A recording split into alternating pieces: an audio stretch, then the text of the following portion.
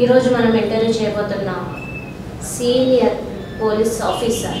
మన ఆంధ్ర రాష్ట్రం మొత్తంలో ఎన్నో పోస్టులు అంటే ఎస్ఐగా చేశారు, సీఏగా చేస్తున్నారు, డిఎస్పీగా సేవలు అందించున్నారు. ఎంతో అనుభవంతో లా అండ్ ఆర్డర్తో తన సేవలను అందిస్తూ ఈ ప్రభుత్వానికి కానీ లా అండ్ ఆర్డర్ని పాటిస్తూ గుంటూరు ఈస్ట్ డిఎస్పీగా ప్రస్తుతం 2024 నుంచి 25 మధ్యలో వర్క్ చేస్తున్నారు. మరి షేక్ అబ్దుల్ అసీజ్ గారితో ఈరోజు మన 6R9 న్యూస్.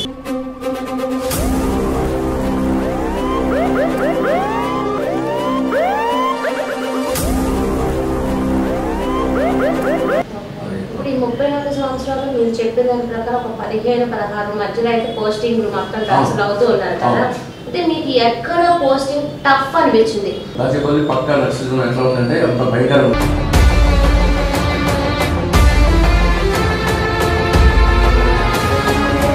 అట్లాగే గుర్రాల్లో నేను ల్యాండ్ మైన్ బ్లాస్ట్ చేశాను. పల్నాడు అంటేనే ఫ్యాక్షన్, మీరు అక్కడి నుంచి వచ్చారు. ఇప్పుడు గుంటూరు జిల్లా ఎలా ఉందంటే అపోజిషన్ పొజిషన్, మరి ఇక్కడ మాత్రం మరో పల్నాడు లాగా గుంటూరు జిల్లా కనిపిస్తుంది అని కూడా అనేది ఉంది.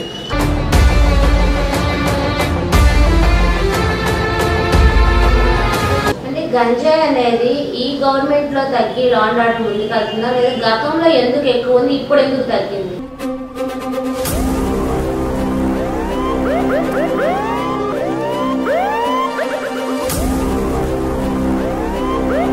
దాదాపు టైట్ అయింది, ఏపీ మొత్తం టైట్ అయింది గంజాయి గురించి. ఈరోజు మనం ఇంటర్వ్యూ చేయబోతున్నాం senior police officer.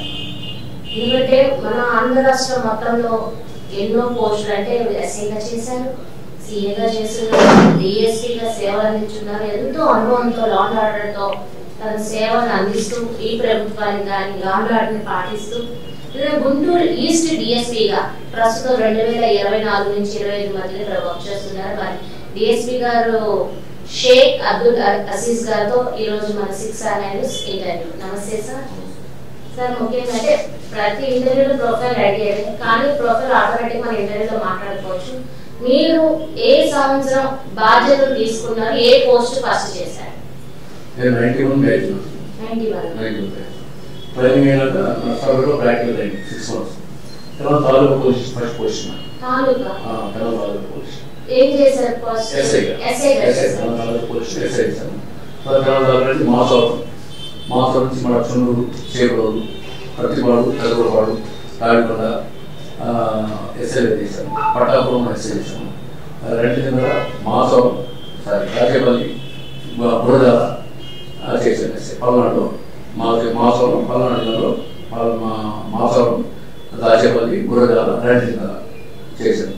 ఇన్స్పెక్టర్గా first కలిగిరిలో CI చేశాను. తర్వాత తెలంగాణ 3 సిఐ చేశాను. నర్సాపేట తాలూకా 3 సంవత్సరం సిఐ చేశాను. తర్వాత as promotion Vizag 3 months 2 years చేశాను. తర్వాత అక్కడి నుంచి మళ్ళీ గుంటూరు వచ్చాను, 1 year చేశాను హైదరాబాద్ పోలీస్ స్టేషన్. అట్లాగే దిశ పోలీస్ స్టేషన్ మచిలీపట్నంలో కృష్ణా జిల్లాలో 3 years చేశాను. తర్వాత గుంటూరు రైల్వే రాయలసీమలో 3 years చేశాను, కంప్లీట్ చేశాను. అక్కడి నుంచి గుంటూరు టౌన్ డిఎస్పీగా ఈస్ట్ డిఎస్పీగా ఈ గవర్నమెంట్ వచ్చాను. ఓకే, ఏంటంటే మీరు చెప్పాలంటే ఇప్పుడు మీరు 1991 నుంచి ఇప్పుడు 34 సంవత్సరాలు వచ్చింది. సరే సార్, మీరు ఫస్ట్ పోస్టింగ్ చేసినప్పుడు తెనాలి వెళ్ళినప్పుడు అంటే ఎవరికైనా ఫస్ట్ స్కూల్కి వెళ్ళమంటే ఒక టెన్షన్, నేర్చుకున్నా లేదా ఒక భయం ఉండదు కదా. అప్పుడు మీరు ఫస్ట్ పోస్టింగ్ అప్పుడు మీరు పడిన టెన్షన్ ఏంటి? అంటే మీరు ఏం నేర్చుకున్నారు? అప్పుడు మరి ట్రైనింగ్ ఇస్తారు, ట్రైనింగ్ ఎట్లా చేయాలని ట్రైనింగ్ ఇస్తారు. అక్కడ ఇన్స్పెక్టర్ గైడ్ చేయడానికి సీనియర్ ఆఫీసర్స్, ఏఎస్ఎస్ ఉంటారు. అక్కడ భయపడేది ఉండదు. ఇంకా ఫస్ట్లో ఇంకా చేయాలి అంటే చేశాను. తెనాలిలో ఒక మాట్లాడుకోవాలంతా ఫ్యాక్షన్ అంతా ఉండదు, కానీ ఇంకా రెడికేషన్ ఎక్కువ ఉంటుంది. అంటే సివిల్ ఎడ్యుకేషన్ అట్లా ఉంటుంది, కానీ అంత ఎక్కువ ఇది ఉండదు. తాలూకా రూరల్ విలేజ్ చేసింది, అంత పీస్ఫుల్ ఉండేది. అంటే ఈ టెన్షన్ ఉంటే ఏదైనా నాకు సాల్వ్ చేయడం అది అయిపోయేలాగా దాని మీద పనిచేయడం ఈ ఫస్ట్ నుంచి అలవాటు ప్రాబ్లం సాల్వ్ చేసేవాళ్ళం. ఈ 34 సంవత్సరాలు మీరు చెప్పిన ప్రకారం 15-16 మధ్యలో అయితే పోస్టింగ్ మొత్తం ట్రాన్స్ఫర్ అవుతూ ఉన్నారు కదా. అంటే మీకు ఎక్కడ పోస్టింగ్ టఫ్ అనిపించింది? ఎందుకు నేను ఇక్కడికి వచ్చి వర్క్ చేయాల్సి వచ్చింది, ఇక్కడ లా అండ్ ఆర్డర్ సరిగా లేదు, నేను చెప్పేది వినడం లేదు, నేను చేయలేకపోతున్నా, ప్రెషర్స్ వేరే అనే ప్లేస్ ఏంటి?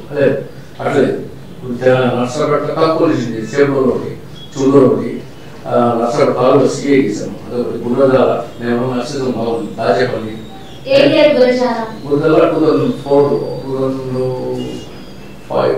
2005-6 చేశాను దాచేపల్లి చేశాను దాచేపల్లి పక్క నర్సింగ్ ఎట్లా ఉందంటే అంత భయంకరంగా ఉంది ఇప్పుడు నాలుగు ఒక అర్థం ఉండేవాళ్ళు అతను మర్డర్ చేశారు నాకు హెచ్చరికలు వచ్చేసి 6 months లో జరిగింది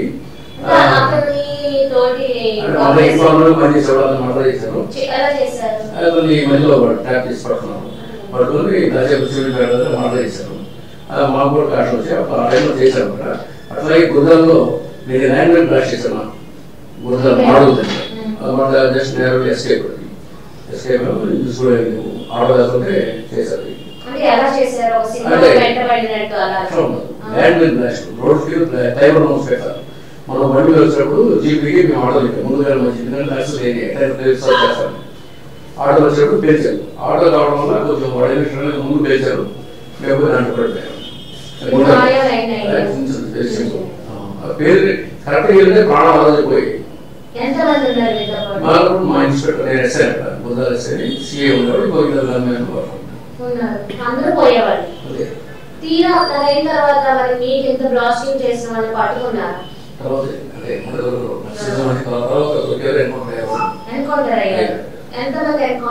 దాంట్లో పార్టిసిపేషన్ అంటే ఆర్గనైజేషన్ మొత్తం ఉన్నది అక్కడ యాక్టివ్ చేస్తున్నాడు ఇద్దరు తర్వాత ఇక్కడ నక్సల్స్ ఏరియా అంటేనే ఇంకా ఫ్యామిలీని వదులుకోవాలంటారు అక్కడ వెళ్ళాలంటే అంటే ఇప్పుడు టెక్నాలజీ ముందుగా నక్సలిజం పోయిందా లేదైతే నడుస్తుంది అంటే అసలు అప్పట్లో నక్సల్స్ ఎలా మీరు గుర్తించేవాళ్ళు వాళ్ళు ఎలా ఉంటారు అసలు మీరు అక్కడ పోస్టింగ్ వెళ్ళినప్పుడు మీ ప్రాబ్లం ఏంటి ఎలా ఉండేది మీ ఫీల్ టెన్షన్ గా ఉంటుంది జాబ్ నక్సలిజం నేను చేసినప్పుడు టెన్షన్ హై టెన్షన్ ఉంది వాళ్ళని నక్సల్స్ అని ఒక ఆర్గనైజేషన్ చేస్తే ఎస్పీలో ఆర్గనైజర్ ఉంటుంది ఓఎస్జీ ఉంటాడు దానిగా రేవన్స్ వస్తుంది ఎన్ని ఆర్గనైజేషన్ ఒక ఎస్ఐ నాతో ఒక డిపార్ట్మెంట్ మొత్తం ఉంటుంది వాళ్ళ ఇంటర్వ్యూస్ వాళ్ళు సపరేట్ పార్టీస్ ఉంటాయి ఏఎన్ఎస్ పార్టీస్ ఉంటాయి అట్లా మనకి ఇన్ఫర్మేషన్ పబ్లిక్తో వస్తారు పబ్లిక్ మనం మంచిగా ఉంటే నేను బాగుంటే ఆ మొత్తం ఇన్ఫర్మేషన్ ఇప్పుడు వచ్చేది అదే హైదరాబాద్ పాస్ చేసేవాళ్ళం అంటే నేను 2021లో ఇంటర్వ్యూస్ చేసినప్పుడు తండ్రి ఏరియాని అక్కడ పల్నాడు వైపు ఎన్నికి వెళ్ళిపోయాం కొండల్లో ఒక నక్సలైట్ ఆయన నేను మారిపోయిన ప్రకృతి వాళ్ళతో వర్క్ చేస్తున్నాను నేను ఉండిపోయానని కొన్ని విషయాలు అనేది నాకు చెప్పాడు అప్పుడు ఇప్పుడు లేదు మేడం నక్సల్స్ లేరు మొత్తం మడిమాయం చేస్తారు డిపార్ట్మెంట్ లో అన్నాడు అప్పట్లో ఎలా ఉండేది అని భయంకరంగా చెప్పేవాడు డిపార్ట్మెంట్ అనేది ఉండదు ఒక ఐఏఎస్ ఆఫీసర్ ఉండదు ఒక మంత్రి అనేది కూడా ఉండదు ప్లాన్ చేస్తే వాళ్ళు పక్కా ప్లాన్ ఉండదట వాళ్ళకి డబ్బుతో లొంగరట వాళ్ళు అసలు డబ్బు 4 days లో లొంగరు కానీ ఇప్పుడు చాలా మంది అప్రూవల్ గా మారిపోయి ఫ్యామిలీ కోసం వెళ్ళిపోయారు మారారు అంటున్నారు ఇది అంత భయంకరంగా ఉంటుందా గవర్నమెంట్ వాళ్ళు ఏంటంటే ఇక ఈ గవర్నమెంట్ ఇదంతా కూడా వాళ్ళ నర్సులు సపరేట్గా న్యాయం అందరికి జరగట్లేదు అనేది వాళ్ళకి న్యాయం జరగట్లేదు అనేది వాళ్ళకి ఏంటంటే వేరే వాళ్ళకి దళితులకి సరైన న్యాయం సమన్వయం లేదు సమన్వయం వాళ్ళది అంటే అలా చెయ్యకపోతే ఒకరు చేసిన మొత్తం వాళ్ళకి ప్లాన్ చేసేసి వాళ్ళు బ్లాస్ట్ చేసి లేపేయాలా అంటే కొన్ని చేస్తారు కొన్ని అన్ని చేస్తారని అన్ని సక్సెస్ అవుతాయి సక్సెస్ ఉండదు 10% సక్సెస్ అవుతాయి చేసినప్పుడు వాళ్ళు మాకు ఇన్ఫర్మేషన్ ఉంటుంది వాళ్ళ గురించి ఇన్ఫర్మేషన్ ఉంటుంది వాళ్ళు మా గురించి భయపడతా ఉంటారు మేము వాళ్ళు మా గురించి ప్లాన్ చేస్తాం భయపడతారు వాళ్ళ భయం లేకుండా ఉండదు వాళ్ళంతా మేము వేసుకోండి పోలీస్ ఆఫీసర్ నర్సులు చాలా మంది మీ సర్వీస్ లో అప్పుడు ఉన్నప్పుడు ఎంతమంది అప్రూవల్ గా మారి ఒక సామాన్య జీవితాలకు వచ్చిన వాళ్ళు ఎంతమంది ఉన్నారు ఎందుకు కారణం ఏం చెప్పుకుంటారు వాళ్ళు మీతో లోకల్ ఎస్ఎస్ ఎందుకంటే లోకల్ సేమ్ చేయాలి కాబట్టి మన ఎస్పీ వాడు ఓఎస్జీ ఎస్ఎస్ కూడా మాట్లాడతారు దాని మొత్తం ఇది మొత్తం వాళ్ళకి సరౌండ్ కూడా వాళ్ళు ఇన్సూరెన్స్ కేసులు అంటే గవర్నమెంట్ పాలసీ ఉంటుంది గవర్నమెంట్ పాలసీ కేసుని అట్లా పెండింగ్ పెడతారు ఇది మళ్ళీ యాక్షన్ చేసి మనం తీరు ఇప్పుడు అప్రూవల్ గా మారారు ఓకే గవర్నమెంట్ పక్కకు ఉండి ఇప్పుడు ఉన్న జడ్జిమెంట్ ఇచ్చి ఒక అప్రూవల్ గా మారారని ఇప్పుడు వీళ్ళు అదే ఏరియాలో ఉండకూడదు కదా ఎందుకంటే అక్కడ ఉంటే మరి నక్సల్స్ వాళ్ళతో కూడా వర్క్ చేసిన వేడి మీద అటాక్ చేస్తే ఎందుకంటే వాళ్ళ గుట్లని ఇప్పుడు తెలుసుంటాయి కదా. వాళ్ళు ఒకటి మీరు కంఫర్ట్ తెలుసుకుంటారు, ఏ మనిషి అంటే కంఫర్ట్ చూసుకుంటారు. ఇప్పుడు మీరు ట్రైన్లో వెళ్ళారంటే బస్సు వెళ్తే కంఫర్ట్ అంటే బస్సు వెళ్తారు, అవునా? బస్సు ట్రైన్ కంటే కూడా ఏ ఫ్లైట్ అయితే ఆ కంఫర్ట్ బాగుంటుందంటే దానికి మొదలు దానికి వెళ్ళిపోతుంది. అట్లా వాడు నక్సలిజం ఉండే కంటే కూడా బయటకు వచ్చి లొంగిపోవడానికి ఉందాం, ఒక రిస్క్ వచ్చిన పే చేద్దాం అని మొత్తం నిర్ణయం తీసుకున్నాం. అక్కడ ఉండి అడవులు తిరిగి తిరిగి పాము చనిపోయి పోలీసులు టార్గెట్ అయ్యి చచ్చిపోయే కంటే ఎన్కౌంటర్ అయ్యే కంటే పోయి అప్పుడు మారిపోయి హ్యాపీ పోతున్నాం. అక్కడ ఈ రోజు అటాక్ చేసి అప్పుడు మనం చూస్తున్నాం. దానికంటే ఈ బెటర్ ఈ కంఫర్ట్నెస్ చూసుకోండి సార్. అంటే వైశాఖనే సరిపోదు, అనుభవం చాలా గొప్పది అది ఉంటేనే అంటారు కదా. ఇప్పుడు మీ అనుభవంలో అక్కడ గురజాలలో అంత నక్సల్స్ ఎదుర్కొన్న మీరు ఇక్కడ గుంటూరు ఈస్ట్ కానీ ఈ సిటీలో కానీ చాలా సింపుల్ అనుకుంటారు. ఇది రౌడీజం కానీ అటెంప్ట్ మర్డర్ అటెంప్ట్సే కానీ కొన్ని గొడవలే కానీ ఎలా చేయాలి మీరు ఎలా పట్టుకోవాలనేది మీకు ఆల్రెడీ మీకు తెలుసు. అది మీకు పెద్ద కష్టం కాదనుకుంటున్నాను. ఎక్కువ లాండ్ స్టేషన్ ఇస్తాను బయట వేరే ఎస్ఐగా సిఐగా ఒక డిఎస్పీగా ఫస్ట్ లాండ్ పోస్ట్ ఉంది నాకు. లాండ్ కొంచెం సబ్జెక్టు మిగతా వాటన్నిటికీ లాండ్ ఆర్డర్కి ఏంటి వ్యత్యాసం? ఏం లేదు, అన్నీ చేయాలి. అన్నీ చేస్తేనే డిపార్ట్మెంట్ ఫుల్ఫిల్ అవుతారు.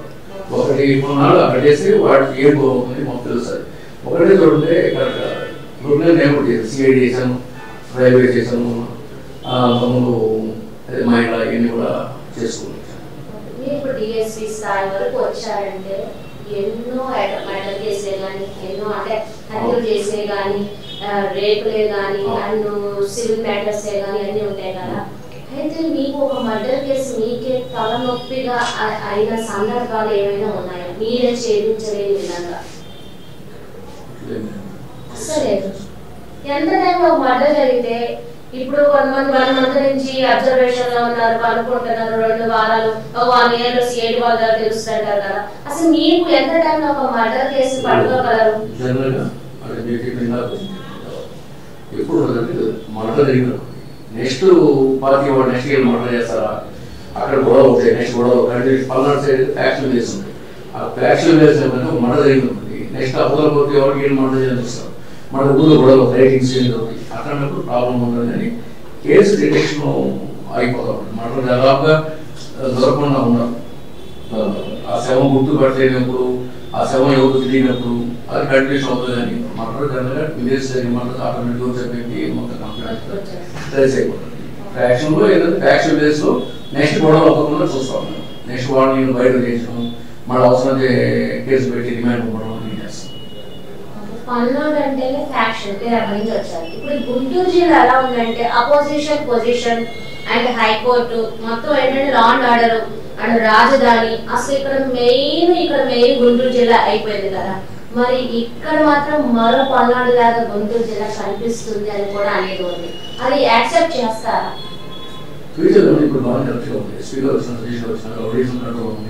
ఎలా ఉంది రౌడీజం కంట్రోల్? వాడికి గవర్నమెంట్ మారినాక చాలా మాటలు జరుగుతాయి, మాటలు అటు జరుగుతాం అంటే కంట్రోల్ చేశాం. సిటీ కంట్రోల్ ఉందంటే ఎస్పీ గారు ఫ్యామిలీస్ కౌన్సిలింగ్ చేశారు. సతీష్ కుమార్ గారు వచ్చినాక ఆయన మొత్తం ఆయన నాలెడ్జ్ ఉన్నది. ఎవరు నేను మర్చిపోయినా కానీ ఆయన టీం అంతా కూడా వర్కౌట్ చేస్తున్నారు ఎప్పటికప్పుడు. సార్ ఇప్పుడు ఫోన్ ద్వారా అయితే వాళ్ళ టీంని వాళ్ళని కనుక్కుంటున్నారు. ఇప్పుడు స్మార్ట్ ఫోన్ కాబట్టి కనుక్కున్నారు. 1000 రూపాయలు ఫోన్ పెట్టుకొని ఎవరిదో వేరే రాష్ట్రం సిమ్ వేసుకొని నడిస్తే మీరు ఎలా తెలుసుకోగలుగుతారు? మా కంట్రోల్ మా ఎస్బీ ఉంటుంది, ఇంటెలిజెన్స్ ఉంటుంది. మాకు వాళ్ళ మీద తిరుగు నా సబ్జెక్ట్ వరకు చెప్పాను. ఈ సబ్జెక్ట్ 3 కొత్తపేట, లాలాపేట, ఓల్డ్. ఈ 3 రోడ్ షీటర్స్ వీళ్ళ గురించి కంట్రోల్ ఎవరి సర్వీస్ అంటే మాట్లాడుతున్నాము.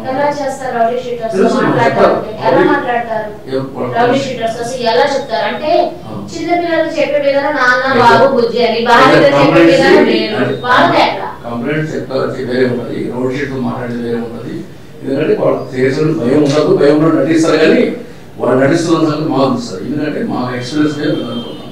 తర్వాత వాళ్ళ మూమెంట్ కొంచెం మూమెంట్ తీసుకుని కూర్చోబెట్టేస్తారు. వాళ్ళు ఎవరో కలిస్తారు, అక్కడ ఎవరో కలిస్తారు. అదే మాకు తెలుసుకోవాలి ఇమీడియట్ సార్ వాళ్ళ రోడ్ షీట్ పబ్లిక్ నేను ఎక్కువ డీలింగ్ ఉందో వాళ్ళు నాకు ఇప్పుడు మూమెంట్ ఇస్తారు.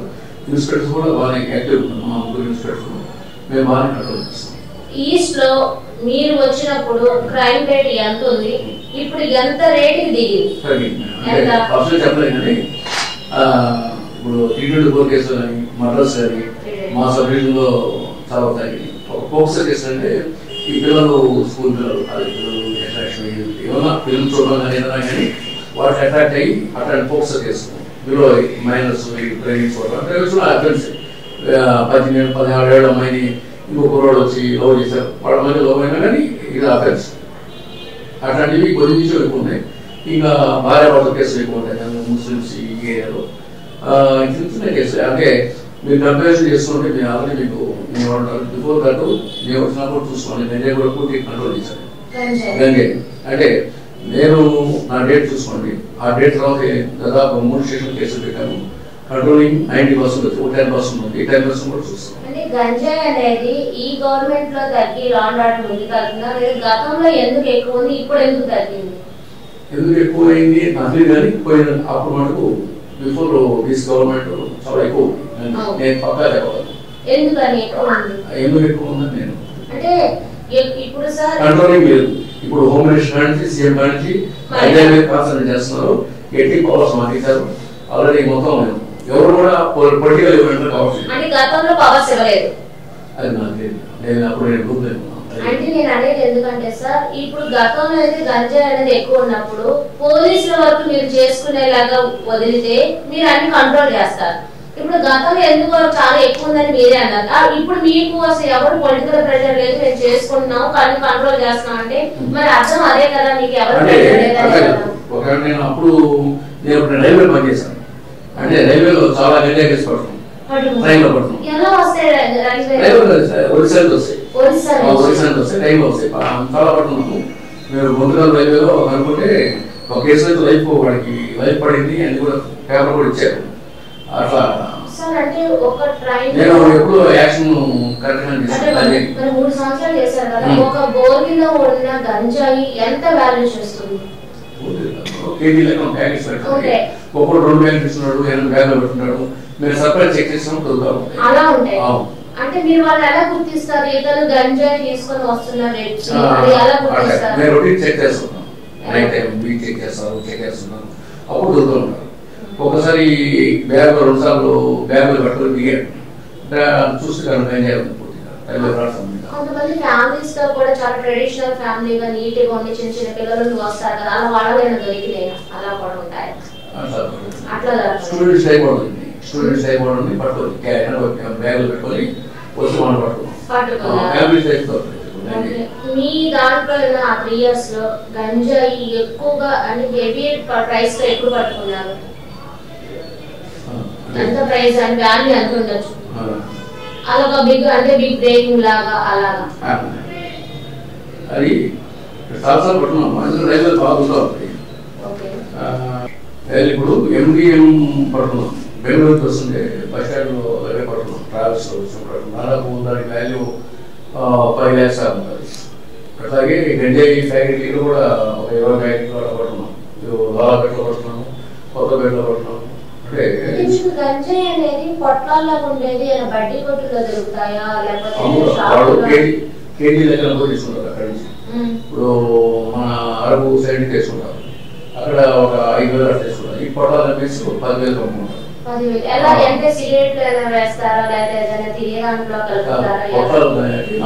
చిన్న పొట్టాలు ఇలా అమ్ముతారు. తాగేవాడు దాన్ని ఎట్లా సిగరెట్ పెట్టాలి తర్వాత ఈ మధ్య వేరే అంటే పడుకుంటున్నా ఎక్కువైపోయింది. దాదాపుగా టైట్ అయింది. ఏపీ మొత్తం టైట్ అయింది గంజాయి గురించి.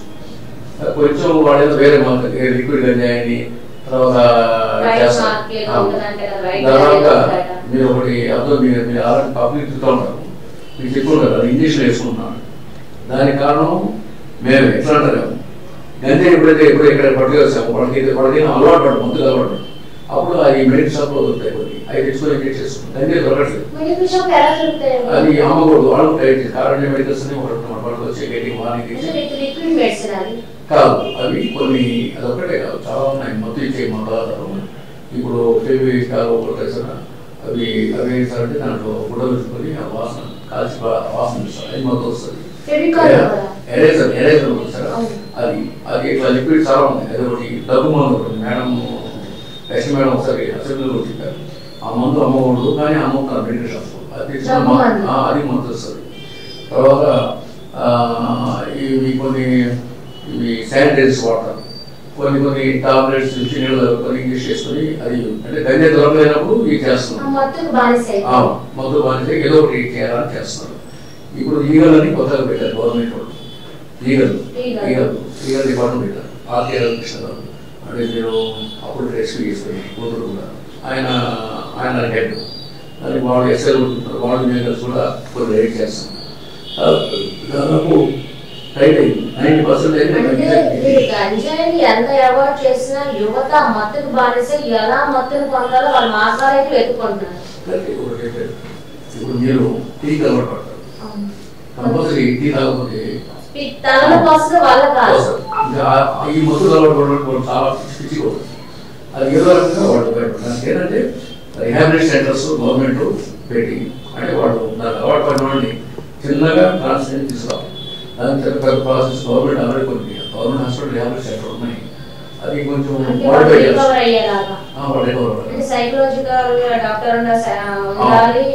సైకాలజిస్టు డాక్టర్స్ వాళ్ళంతా కలిసి క్రమేణా తీసుకురావాలి. ఒకసారి ఇవ్వలేకపోతే వాడు పిచ్చోడు. అంటే పిచ్చోడు ఎక్కడైతే ఆ డ్రగ్ అలవాటు దొరకకపోతే బిహేవియర్ ఎలా ఉంటుంది, ఎలా గుర్తించవచ్చు? బిహేవియర్స్ అంతా అబ్నార్మల్ దయ్యం పట్టేటంటారు సార్, అట్లా ఉంటుంది. ఎందుకంటే పిచ్చి పిచ్చిగా ఉంటుంది. ఎవరి నుండి ఎవరిని పట్టడం, చేయడం, తల్లిని పట్టడం, ఇంకోటి పట్టడం, పక్కన పట్టడం అది కొంత చిన్న లైట్ తక్కువ తీసిన వాడికి అంత ఇబ్బంది ఉండదు, హెవీ తీసిన వాడికి కంట్రోల్ ఉండదు, అబ్నార్మల్ ఉండదు. అంటే ఇప్పుడు పెద్ద పెద్ద ఇంటికి సంబంధించిన కుర్రోళ్ళే కానీ వాళ్ళే కానీ వాళ్ళే గంజాయిని అయితే తీసుకొస్తున్నారు. అది ఈ మధ్యన ఈ మాఫియా ఎట్లా ఉంటుందంటే డబ్బు లేని ఎరగదు, డబ్బులు చెప్పాను శాలరీ. ఎందుకంటే ఇక్కడ ఇన్కమ్ ఉండదు, కొనడానికి నెక్స్ట్ కొనడానికి ఇన్కమ్ ఉండదు. వీళ్ళకి అలవాటు చేస్తారు. శాలరీ పర్సన్స్ పిల్లలు ఎంప్లాయీస్ పిల్లలకి ఫస్ట్ ఫ్రీగా ఇస్తారు, ఫస్ట్ ఫ్రీగా అలవాటు చేస్తారు. 1 or 2 times అంతే. థర్డ్ టైం నుంచి లేదా డబ్బులు తీసుకొస్తున్నాయి. ఇప్పుడు పేదవాళ్ళకి ఇస్తాను ఏముంది, జరుగుతుంది. ఎంత కూడా చెప్పాలి.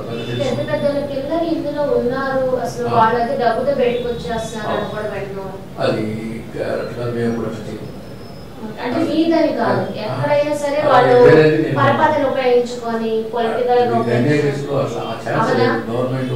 అంత చేస్తే వాళ్ళు ఇబ్బంది పడతారు చేసిన.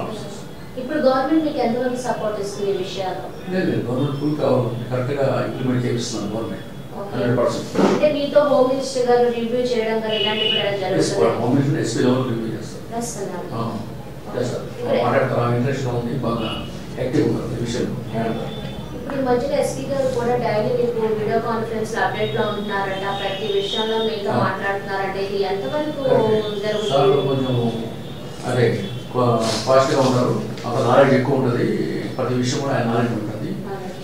మూమెంట్ కూడా ఎవరు మూమెంట్ ఎవరు చేస్తున్నారు చేయట్లేదు కూడా మా గురించి కూడా సార్ నాలెడ్జ్ ఉంటుంది.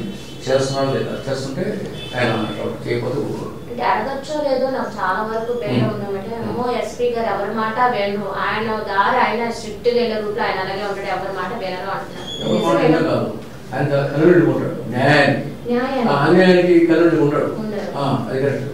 నేను అందుకే అంటాను, ఆయన ఎవరి మాట వినరంటే అన్యాయం కాదు, న్యాయానికి ఒక్క మాట నిర్ణయం తీసుకుంటే దాని మీదే ఉంటారట. నిజమేనా?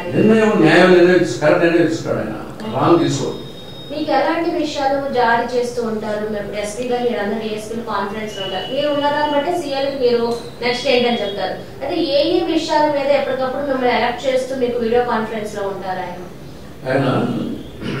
నేను ఇక్కడ 35 ఏళ్ళు సర్వీస్, నేను చేసిన ఎస్పీలు అందరిలో నాకైతే ఈజ్ ద బెస్ట్ ఆఫీసర్. ఎందుకంటే చూశాను, అందరు ఆఫీసర్లు చూశాను. వాడు వేరే వెంకట అప్పలనాయుడు గారు ఉన్నారు, అప్పలనాయుడు గారి కంటే కూడా ఈయన బెస్ట్ అని చూస్తాను. ఆయన చేశారు, ఈయన కరెక్ట్గా ఉంటారు. అంటే షేక్ ఇవ్వడం అని కాదు, కరెక్ట్గా ఎంతవరకు చేయాలా ఎట్లా చేయాలా అని ప్లాన్ చేస్తారు, మాకు గైడ్ చేస్తారు. నువ్వు ఇట్లా చేసి ఇట్లా ప్రాబ్లమ్స్ ఇట్లా అన్నది ఈ కేసు క్రిమినల్ కేసులు నేను చేసేది అనుకోండి, నాకు అవసరం లేదు చెప్పడం. మీరు చెప్పాలా అవసరం నువ్వు ఈ రకంగా చేయాలి, ఈ రకంగా చేయకపోతే నీకు ఇట్లా ఇబ్బంది వస్తాయి, ఇట్లా ఇబ్బంది వస్తాయి, లీగల్ అన్ని చెప్తారు. దాని ప్రకారం మీరు ప్రాసెస్ అవుతారు. సార్ ఇప్పుడు మీ కేసులు అయితే ఇప్పుడు కొన్ని నేను ఓపెన్ గా అంటున్నాను, ఇప్పుడు ఒక కేసు పక్కాగా అటెంప్ట్ కేసే కానీ రేప్ కేసే కానీ కరెక్ట్ గా ఉండి వాళ్ళు సాక్ష్యాలు సహా రుజువు చేసి చూపించినవి ఒక్కసారిగా డే నైట్ లో వాడికి విరుద్ధంగా వెళ్ళిపోయి ఎవరైతే ప్రాబ్లమ్ లో ఉన్నారో వాళ్ళ మీద రివర్స్ ఎందుకు కేసు వెళ్తాయి కొన్ని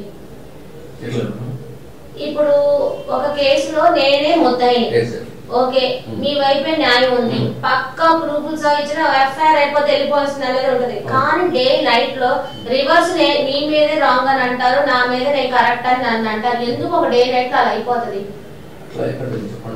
జరుగుతున్నాయి కొన్ని చెప్తే ఎక్కడంటే సార్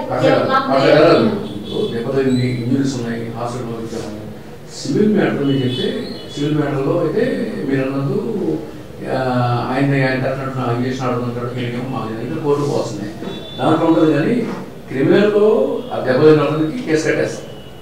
అవతల వాళ్ళు వచ్చి కేసు కట్టారు, ఇచ్చారు, రిపోర్ట్ ఇచ్చారనుకోండి, అయినా కానీ కేసు కట్టమని ఇంగ్లీష్ దర్యాప్తు చేసి తర్వాత తప్పు చేయండి అని చెప్పేసి కోర్టు మామూలుగా దాని ప్రకారం చేయాలి. ఎంతేగాని ఆయన కేసు తీసుకోకూడదు, ఏ కేసు తీసుకోవాలని ఎక్కడ లేదు.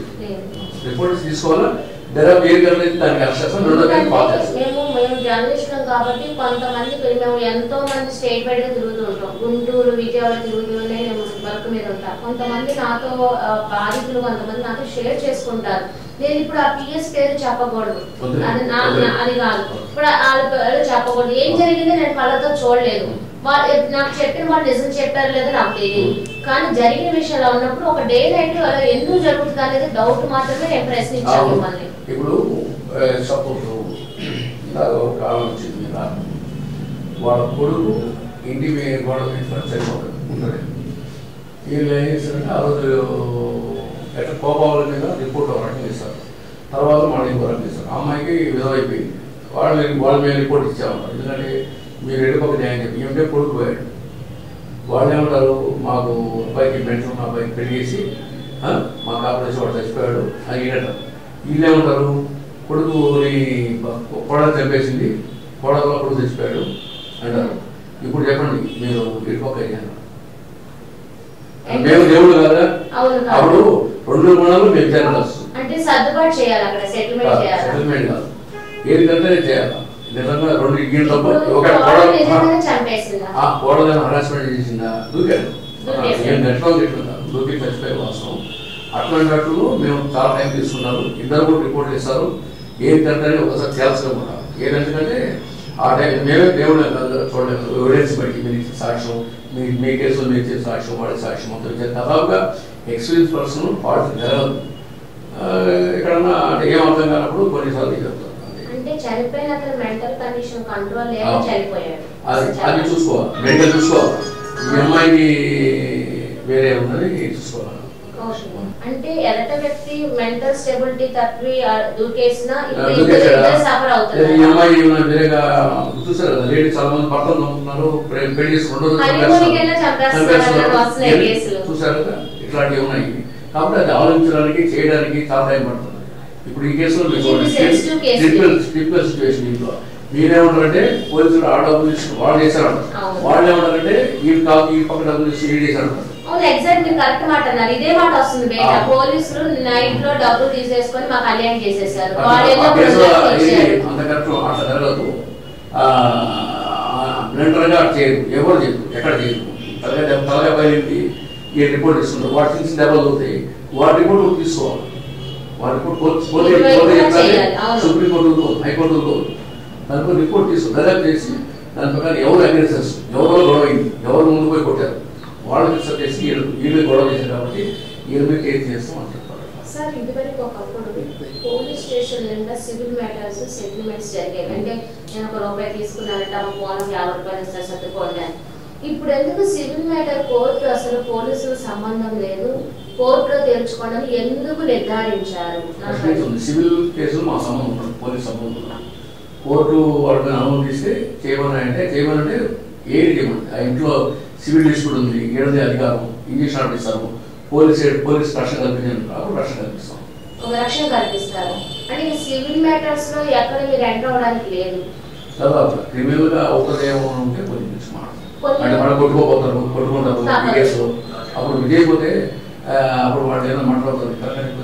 అంటే మీకు లా అండ్ ఆర్డర్ ప్రకారం దాటమని అన్న కొంతమంది ముసలి వాళ్ళు ఉంటారు ఆ డబ్బు అప్పించి వాళ్ళకి ఇచ్చి వాళ్ళు గడవలేక వాళ్ళ చుట్టూ తిరగలేక ఇంకా సార్ న్యాయం చేయండి ఇప్పించండి ఎంతో కొంత ఇప్పించండి అలా ఉంటే చేస్తారా అలాంటివి ఎవరు నొప్పించకుండా? లేదు ఇప్పుడు అది కూడా ఇప్పుడు గవర్నమెంట్ ఒకటి పెట్టారు 3 years పిటిషన్ పెట్టారు వాళ్ళు రాసి పంపుతున్నారు అవి పంపించి పిలిచి మాట్లాడుతున్నాము కానీ దాంట్లో బలవంతంగా డబ్బులు ఇప్పించదు న్యాయంగా ఉంది తప్ప ఇది చెప్తున్నాం కానీ బలవంతం కొట్టి ఇప్పించేది ఉండదు కానీ వాళ్ళు సర్దుబాటు చేసుకుంటే ఒకటి 2 సార్లు పిలిపించి ముసలి విధానం కదా హ్యూమానిటీగా కొన్ని చేయడానికి అవకాశం ఉంది.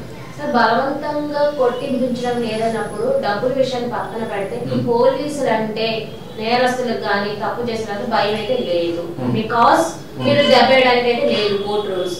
అలాంటప్పుడు పోలీసులు అంటే భయం ఎక్కడ వస్తుంది? మీకు ఒక కేసును ఛేదించడానికి ఎలా అవుతుంది? ఇప్పుడు టెక్నాలజీ ఇంప్రూవ్ అయినప్పుడు తప్పు చేసేవాడు ముందే ప్లానింగ్ ఎలా తప్పించుకోవాలన్న విధంగా ఉంది టెక్నాలజీ. ఇప్పుడున్న యూట్యూబ్ తప్పు ఎలా చేసి ఎలా తప్పించుకోవచ్చు అనేది.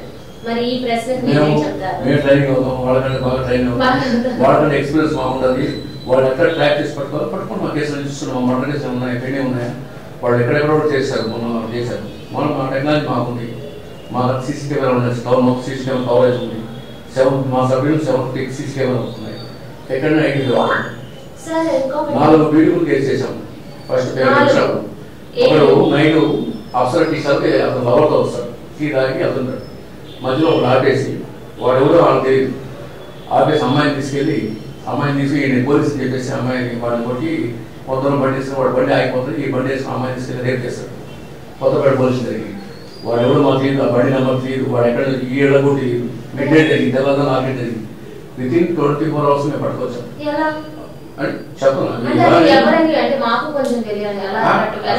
ఏమంటారు సీసీ కెమెరా చూసుకుంటా మొత్తం చూసుకుంటా ఎవిడెన్స్ కలెక్ట్ చేసుకుంటా ఓల్డ్ అఫెండర్స్ కలెక్ట్ చేసుకుంటా 24 hours పట్టుకున్నాము అదొకటి పట్టుకున్నాము తర్వాత పసిపిల్లని గవర్నమెంట్ హాస్పిటల్ అడ్మిట్ చేసాం అది వితిన్ 3 hours 4 hours తీసుకొచ్చాము వాళ్ళు ఎవరు తీసుకెళ్ళిన వాళ్ళు అది 2 కేసు ఇంకో కేసు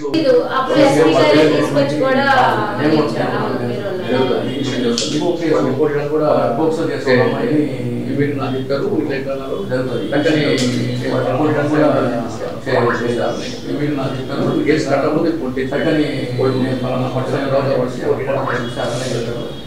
కేసు కట్టకపోతే కోర్టు తెచ్చి పెట్టారు కోర్టు వైట్ షర్ట్ వేసుకున్నంత మాత్రాన నేరస్తుడు అనడానికి లేదు సార్. ఒక కాలర్ పైకెత్తి ఉన్నంత మాత్రాన రౌడీ అనడానికి లేదు.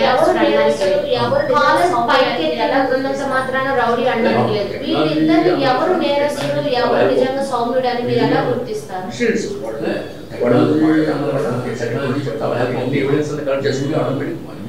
వాళ్ళు చేశారు ఎప్పుడు వచ్చాడు ఇవన్నీ ఎవిడెన్స్ అన్ని కలెక్ట్ చేసుకుంటే ఆటోమేటిక్ కష్టమే కాదు. మైనారిటీకి ఏంటంటే ఒక్కొక్క మాట తేడా వచ్చినా తలసేసుకోవాలి. వాళ్ళ మాట పాటు ఒక నోరు జారిన మైనారిటీకి ఏంటంటే ఆత్మాభిమానం ఎక్కువ అని కూడా అర్థం ఫైల్గా ఉంటుంది. వాళ్ళ మాట పాడా ఉన్న నోరు జారిన ఇలాంటి సెన్సిటివ్ ఆత్మాభిమానం ఎక్కువ అని కూడా అంటే చాలా ఫైల్గా ఉంటుంది. ఇప్పుడు ఇలా ఉన్నప్పుడు మరి ఇలాంటి సెన్సిటివ్ వాటిని మీ దృష్టికి వస్తుంది అలా ఇక్కడ నడుస్తుందా? ఇప్పుడు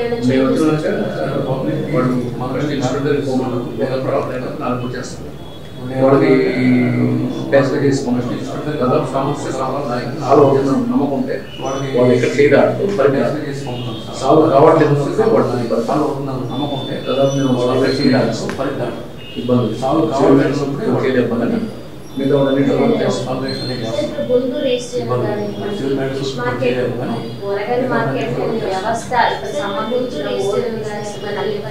ఇక్కడ హోల్సేల్ రేట్ లో జరిగిన మొత్తం ఇక్కడ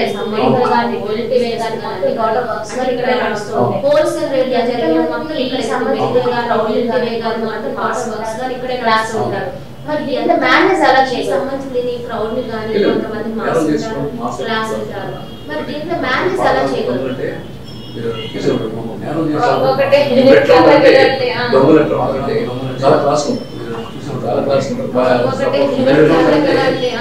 ఏసీ ఫస్ట్ క్లాస్ మీరు నగరంలో కానీ ఇక్కడ సికింద్రాబాద్ కానీ నార్త్లో కానీ ఈ డైలీ వాడు ఏసీ ఫస్ట్ క్లాస్ లో మీకు అప్పుడు మీకంటే మంచి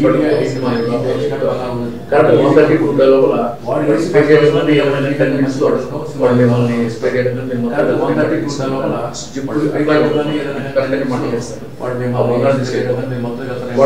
వాడు దొంగ అని మీరు అనుమానించారు వాడు మొత్తం వాడు దొంగ అని మీరు అనుమానించారు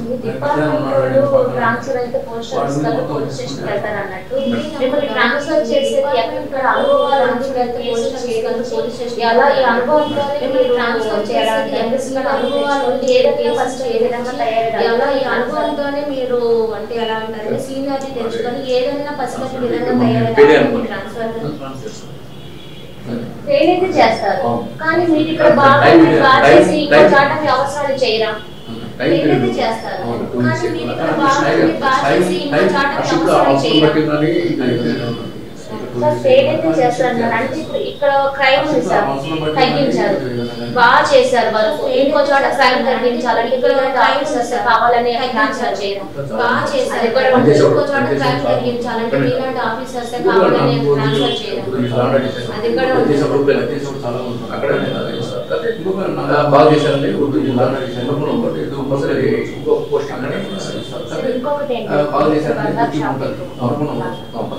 ఎక్కడ ఏ బంగారం ఎంత బంగారం షాప్ లో ఒక బంగారం పోయిందని ఇక్కడ అమ్మారని చెప్పినప్పుడు ఒక కేజీ బంగారం ఒక దగ్గర ఒక బంగారం పోయిందని ఎంతో ఎత్తుకుంటే కానీ నెలకు ఎప్పుడో ఒక కేజీ అలాంటప్పుడు ఒక బంగారం షాప్ లో ఎవరు అమ్మాయి ఎంతో ఎత్తుకుంటే వాళ్ళు ఎందుకు మీకు ఇన్ఫార్మ్ చేయాలి ఆధార్ కార్డ్స్ ఒక బంగారం షాప్ లో మామూలుగా ఎందుకు డబ్బులు ఇచ్చేస్తారు మీరు పట్టుకోలేదాకా బంగారం షాప్ ఒకళ్ళు అమ్మారని కాముగా ఎందుకు డబ్బులు ఇచ్చేస్తారు మీరు పట్టుకునేదాకా బంగారం షాప్ వీళ్ళు కూడా సహకరిస్తున్నారు కదా మరి బంగారం షాప్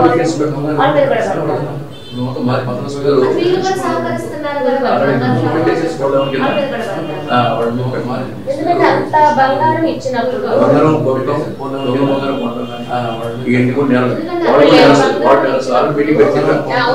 సహకరించినట్టే సహకరించినట్టే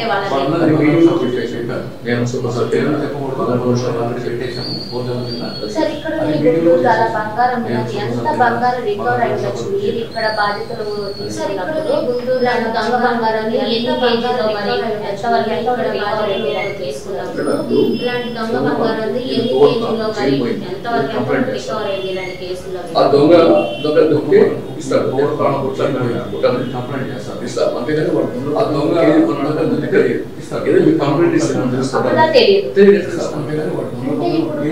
బంగారం ఉంటే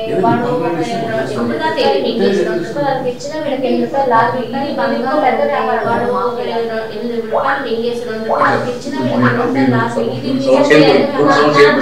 సరిపోలేనే ఉన్నా నేను దొంగ బంగారం తీసుకున్నా ఎవరింట్లో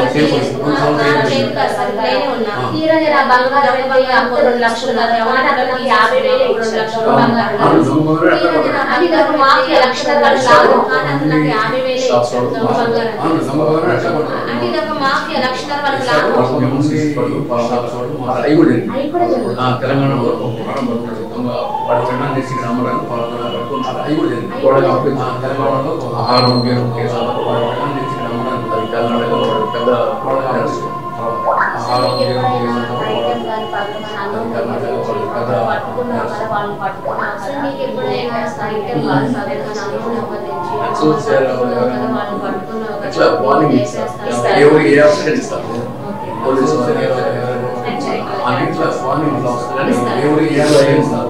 ఎప్పుడు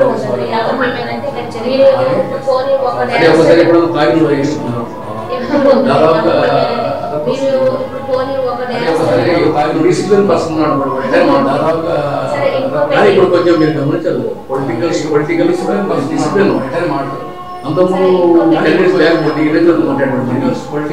అంత ఇదిగా పోలీసుతో మాట్లాడడానికి భయపడము సెల్ ఫోన్ ల్యాండ్ ఫోన్కి ఎవరు పోలీసు కానీ అనడం పెట్టేది ల్యాండ్ ఫోన్కి మీకు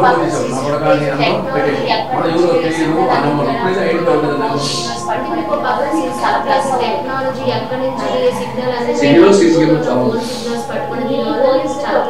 వచ్చే సందర్భాలు యూత్ వాళ్ళు పట్టుకోను వాళ్ళతో కూడా మీరు లోపల ట్రైన్ లేరు, మీకు ఒక సరదాగా ఉంటుంది అలా పట్టుకోను వాళ్ళతో కూడా మీరు అసలు దొరకని పోతే పనులన్నీ చేస్తూ ఉంటారు, మీకు ఎంటర్టైన్మెంట్ అనుకోవాలి. అసలు దొరకని పోతే పనులన్నీ చేస్తూ ఉంటారు, మీకు ఎంటర్టైన్మెంట్ అనుకోవాలి. బర్త్డే పార్టీ మిడ్ నైట్ ఎక్కడ చెప్పబడడం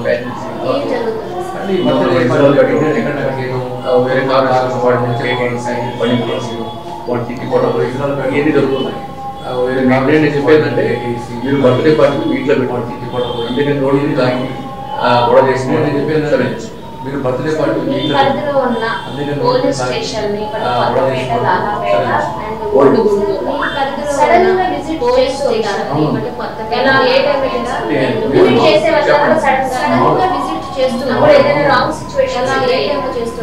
ఇట్లా చేయండి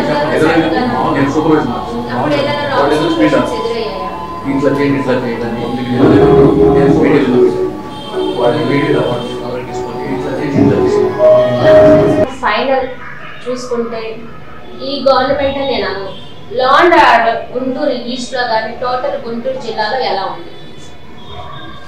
బాగానే ఉంది మేడం. కంట్రోల్ ఇప్పుడు గొడవ ఊరున్నాక గొడవ జరగకుండా ఉండదు. ఎప్పుడైనా గొడవ జరగకుండా ఉండదు, మండ జరగకుండా ఉండదు, ఇవన్నీ ఉంటుంది. అన్ని ప్రశాంతంగా ఉంటే పోలీసులు గొడవ దొరుకుతాయి కదా పెట్టి సిస్టమ్ కంట్రోల్ చేయడానికి పెట్టాము. దొరికితే అసలు జరగకుండా చేయడం భగవంతుడు టైం కూడా కాదు. భగవంతుడు కూడా రాజ్యాలు పనిచేశాడు. ఇప్పుడు గొడవ జరిగింది, రాష్ట్రంలో ఉన్నారు, ఆయన అరణ్యవాసంపై రాష్ట్రం సంహరించాడు. అట్లాగే జరుగుతూ ఉంటే కంట్రోల్ చేయాల్సిన బాధ్యత మాది. కంట్రోలింగ్ లో ఉంది అనుకుంటున్నాను. ఒక డౌట్, అతనికి గంజాయి కానీ దొంగతనం చేయడం కానీ ఇంట్లో పరిస్థితి వల్ల అదే ఫస్ట్ తప్పదు, ఒక హెల్త్ ఇష్యూ వల్ల దీనివల్ల దొంగతనం చేశాడు కానీ దొరికిపోయాడు. కానీ అతను చదువు కూడా పెట్టుకుందాం అనుకున్నాడు, అనవసరంగా దొరికాడు. కానీ అతను ఉన్నది చెప్పుకుంటాడు, సార్ నా లైఫ్ స్టైల్ ఇది కాదు, మేము ఫైనాన్షియల్ పడ్డాం, నా ఇంట్లో పరిస్థితి నిజమే అది, కానీ నాకు వదిలేయండి సార్, ఇవి ఒక్క ఛాన్స్ సార్, మళ్ళీ నేను తప్పు అయితే చేయను, నాకు ఒక దారి కూడా చూపించండి అంటారు. మీరేం చేస్తారు? లేదు, దాంట్లో ఒప్పుకోవడానికి డ్రగ్స్ లో అట్లా ఛాన్స్ ఉండదు. వేరే మేనర్స్ అయితే అయిపో దొరకబడ్డాడు సార్ తెలియకుండా అట్లా మాట్లాడి చేయొచ్చు. కానీ డ్రగ్స్ లో అట్లా సెకండ్ ఇష్యూస్ మైనర్ ఇష్యూస్ అయితే డ్రగ్స్ అనేది మేజర్ ఇష్యూ, నార్మల్ ఇష్యూ కాదు. దాంట్లో సాయం చేయడం కుదరదు. సార్ ఇంకొకటి, ఈ యువతకే కానీ ఈ ట్రెండ్ లో కానీ ఉన్న నేరస్తులే కానీ నేరం చేయబోయే వాళ్ళకి కానీ ఒక నెగిటివ్ ఆలోచన ఉండాలి కానీ మీరు ఇచ్చే సూచనలు ఏంటి? తప్పు చేస్తే మీరు ఖచ్చితంగా పట్టుకుంటాం. ఆన్ ద స్పాట్ ఆ టైంలో కాదు, తప్పు చేసిన సెకండ్ తప్పు చేస్తారు, మూడో తప్పు చేస్తారు, కంపల్సరీ పట్టుకుంటారు. మీరు దాదాపుగా ఒక 50% అంటే ఫస్ట్ తప్పు కానీ దొరికిపోతారు. కొంతమంది రెండో తప్పులో మూడో తప్పు దొరికిపోతారు. దొరకడం అనేది కామన్. కాబట్టి తప్పు చేయొద్దు, జైలు పోవద్దు, అనవసరం మీ కుటుంబానికి దూరం కావద్దు, మీ కెరీర్ మీ క్యారెక్టర్ని నాశనం చేసుకోవద్దు. సార్ ఫైనల్, మీది లవ్ మ్యారేజ్ అరేంజ్ అంటే పెద్దవాళ్ళకు తెలిసింది. ఈ లవ్ అంటే ఇలా అరేంజ్మెంట్ చేసేప్పుడు లవ్ లో పడ్డారా? మీకేముంటాయి కదా, జస్ట్ ఇష్టపడడం అనేది మనిషి ఏజ్ బట్టి యాక్ట్ అవుతా ఉంటుంది, ఏదో దొరుకుతూ ఉంటుంది, ఏదో అన్ని అందరికి అది సెట్ కాదు. ఓకే, మీకు ఎంతమంది పిల్లలు? సెటిల్ ఏం చేస్తుంటారు? అమ్మాయి మ్యారేజ్ అయిపోయింది, 2 పిల్లలు. హైదరాబాద్ లో మలార్ ఇంజనీరింగ్ కాలేజ్లో లెక్చర్ చేస్తుంది. ఇంకొక అబ్బాయి మొన్న రీసెంట్ మ్యారేజ్ చేశారు. ఇక్కడ వచ్చినాక ఆయన టెక్ మహీంద్రాలో జాబ్ చేస్తారు, సాఫ్ట్వేర్ జాబ్.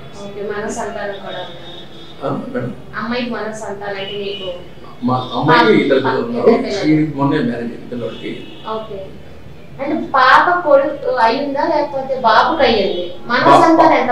పాపకి 2 పిల్లలు, అబ్బాయికి ఇంకా ఇప్పుడు పెళ్ళైన తర్వాత అంటే పిల్లలు పెళ్లి కాకముందు మీకు ఎలా హెడ్ ఒక పేరెంట్ గా అడుగుతున్నారు, అందరు పేరెంట్ లాగానే ఫేస్ చేసేవాళ్ళ లేకపోతే పోలీస్ డిపార్ట్మెంట్ కదా నార్మల్ గానే ఉండదు? ఫ్యామిలీ విషయంలో అందరూ ఒకటే, అందరూ ప్రాబ్లమ్స్ ఎట్లా ఉంటాయో అట్లాగే అన్ని ఫేస్ చేయాలి. లైఫ్ అప్ అండ్ డౌన్స్ ఉంటుంది. నాకు ఎస్ఐ కానీ ఇక్కడ చాలా ప్రాబ్లమ్స్ ఫేస్ చేశాను, సాల్వ్ అయింది. తర్వాత అప్ అండ్ డౌన్స్ ఉంటుంది. ఇప్పుడు పిల్లలు పెళ్ళి వెళ్ళిపోయారు కదా, ఇప్పుడు భార్య భర్త ఇద్దరు లైఫ్ ఎలా ఉంది ఇప్పుడు? లేదు, రెస్పాన్సిబిలిటీస్ ఉంటాయి. రెస్పాన్సిబిలిటీ కాబట్టి నేను అన్నట్టు ఎప్పుడు ఏముండదు. రెస్పాన్సిబిలిటీ అయితే జాబ్లో రెస్పాన్సిబిలిటీ అవుతాను, ఫ్యామిలీ రెస్పాన్సిబిలిటీ అవుతాను. ఫీల్ అయినప్పుడు ఉంటాయి, కొన్ని బాధ్యతలు ఉంటాయి. చూశారు కదా, ఇది వాటి ఇంటర్వ్యూ. మరింటి మీ శ్రావణి మళ్ళీ కలుస్తే నమస్కారం.